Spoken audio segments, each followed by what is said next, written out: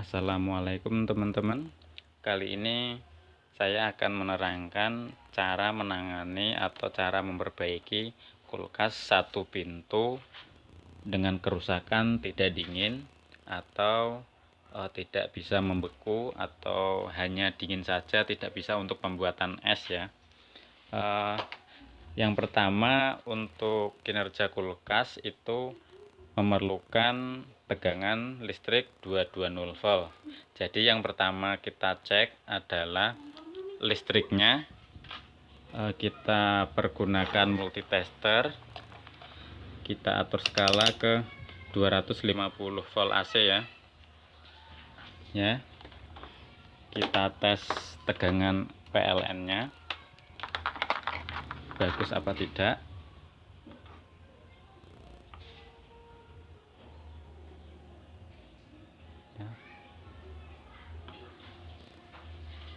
Ya, 200 volt ya. Benar, kurang jelas ya. Ini 200 volt, jadi masih memenuhi syarat untuk proses pendinginan kulkas, jadi masih dalam batas toleransi ya. Terus yang kedua, kita lihat dulu untuk termostat daripada kulkas ini. Biasanya di bagian bawah atau di depan pintu panel situ ya. Nah, kalau ini ada di bagian tengah. Nah, ini sudah bagus di bagian angka 3 atau mentok ya. Jadi setelannya udah bagus. Terkadang ada customer yang lupa untuk muter daripada termostatnya ini. Terkadang termostatnya masih setelan rendah, jadi untuk pembuatan esnya gagal. Tapi kali ini termostatnya sudah diatur maksimal ya, jadi tidak masalah untuk termostatnya. Selanjutnya, pengecekan selanjutnya itu di bagian evap. Kalau di bagian evapnya nggak kerasa dingin, itu berarti kita cek di bagian mesinnya, dan juga kita raba di bagian kondensor hangat apa enggak ya.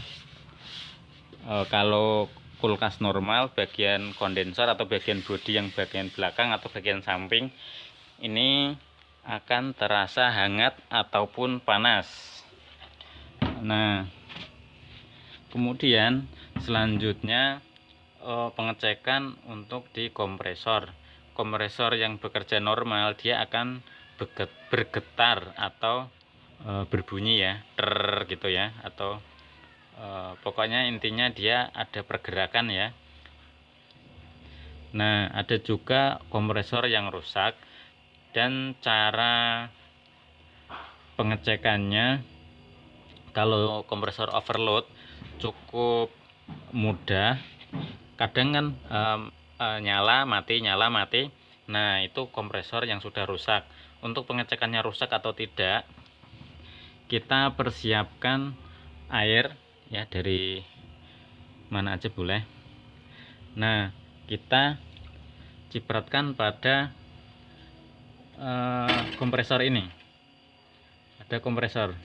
Kalau langsung bual asap, berarti kompresor udah overheat atau sudah rusak, sudah tidak bisa dipakai lagi, harus ganti.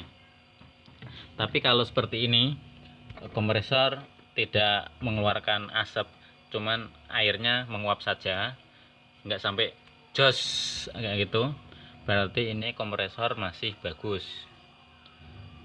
Terus solusi berikutnya, kita cek untuk pintunya. Nah, seperti ini. Terkadang karet pintunya sudah keras ataupun sudah longgar, jadi udara dingin yang di dalam itu ngabar keluar ataupun bocor ya. Jadi proses pendinginannya sia-sia atau keluar, jadi tidak maksimal untuk pendinginan di bagian dalam. Jadi kalau misalkan ada yang lowong bolong atau berlobang, Nah, ini karet pintunya harus diganti ya. Karet pintunya harus diganti dengan yang baru ataupun diakali dengan lem, bisa lem sealer juga bisa, ataupun lakban hitam juga bisa untuk sementara. Tapi kalau baiknya sudah longgar seperti ini, sudah longgar seperti ini, baiknya diganti karetnya ya. Jadi proses untuk pendinginannya dapat terganggu karena bocor. Nah, kemudian langkah berikutnya untuk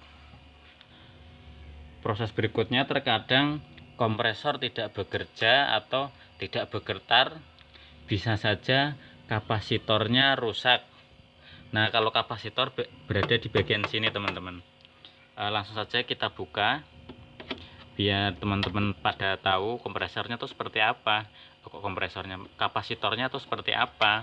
Nah, dapat kita lihat ya, ini kulkasnya masih nyolok, nggak apa-apa, hanya untuk melihat saja ya.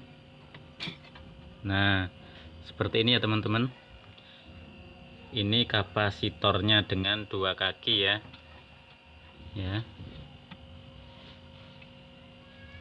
Ya, ini kelihatan, ini kapasitor.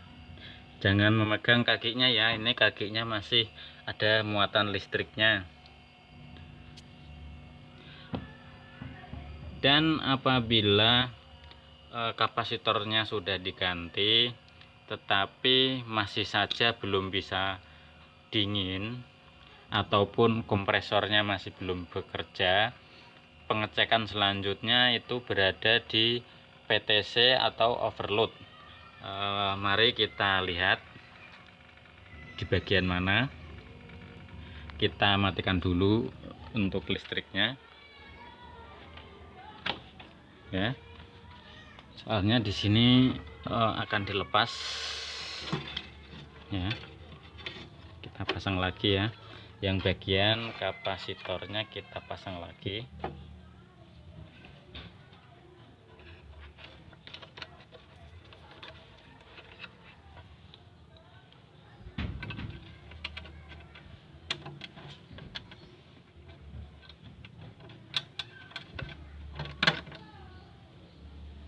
Bagian kapasitornya kita pasang lagi.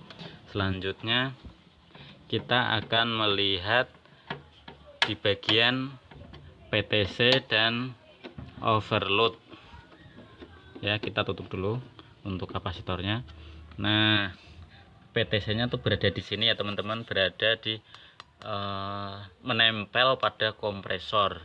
Ini untuk kompresor kulkas 1 pintu, kompresornya rada kecil ya.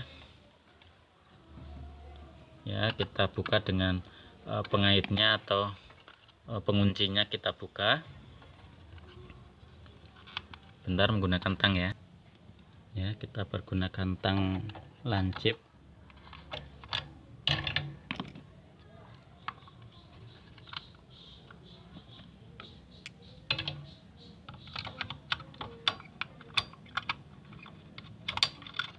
Seperti ini.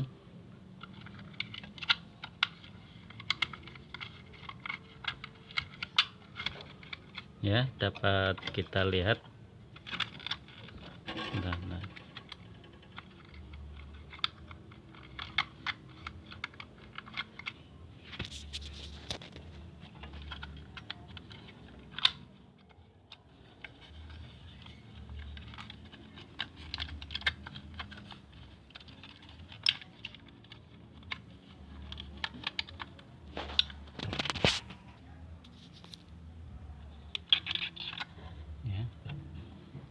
Ya teman-teman, sudah terbuka ya, dapat kita lihat ya.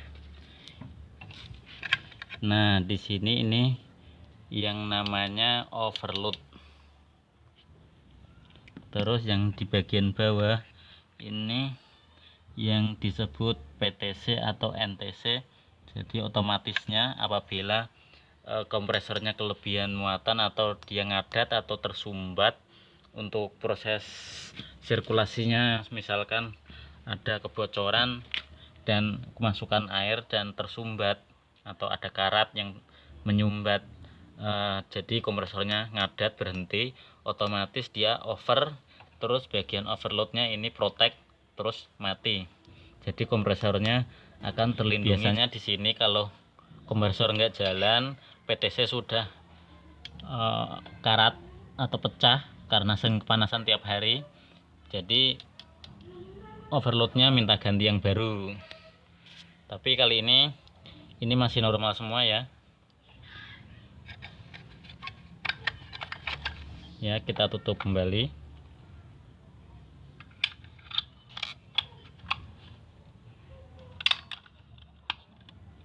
Ya, catat.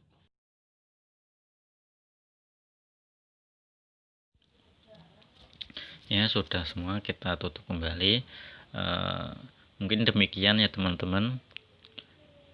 Ya, terima kasih sudah mampir ke channel saya. Terima kasih sudah menonton video dari saya. Semoga isi video ini bermanfaat untuk teman-teman yang ingin belajar memperbaiki kulkas ya, sebelum dibawa ke bengkel. Ya, terima kasih sudah mampir. Wassalamualaikum warahmatullahi wabarakatuh.